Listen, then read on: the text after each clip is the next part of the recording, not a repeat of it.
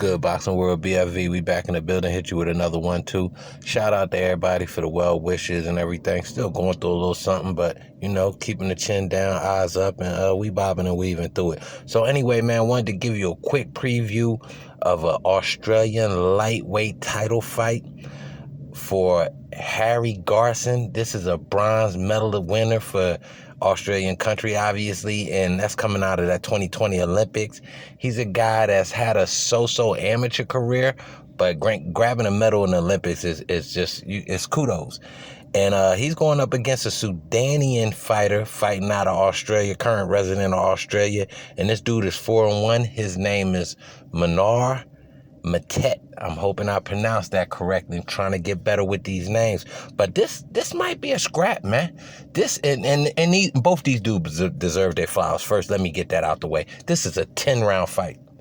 For Garside, this is his second fight, man. So jumping into a 10-rounder based on your accomplishments in the Olympics, so your country and your region and the promoters, they throwing you an alley-oop in this one, because this is a propelling type of fight, a fast-track type of fight, because if you don't go from 10 rounders and go back to 4. So I'm thinking this guy Garside, if he can show out and show out well, he might be on a mission and see bigger and better things quickly towards his future.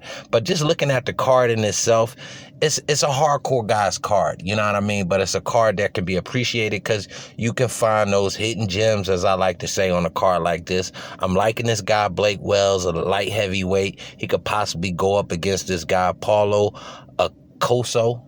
And that might be a great fight down the line. Two guys young in their careers, two big men, light heavyweight, as I spoke on. And a big shout out to Kate McLaren. That's the namesake. So I'm hoping she does well in her fight against Pam McGleelan.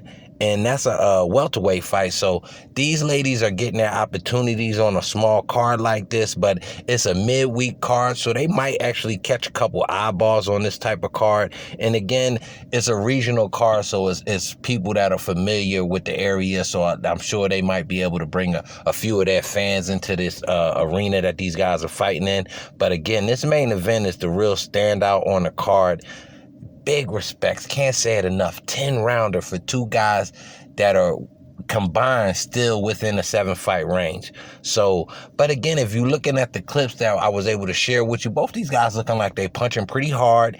And I follow Aussie Boxing on IG, and they put up the press conference, and there's a little funk between these two guys. So that, again, leads to it possibly being an entertaining fight. But I'm worried about these guys' gas tank and what they're going to look like in 7, 8, 9 rounds. So, again, hopefully we'll have a good fight, and I can follow up on this video with some results and maybe a clip or two to show you the action in between these two guys. But, again, the card in itself, as I spoke on earlier, is a hardcore guy's card, but it's a card that maybe a casual will catch on a Wednesday night. So big shout out to the Aussie boxing scene and everything they got going on down there, especially they upcoming undisputed fight.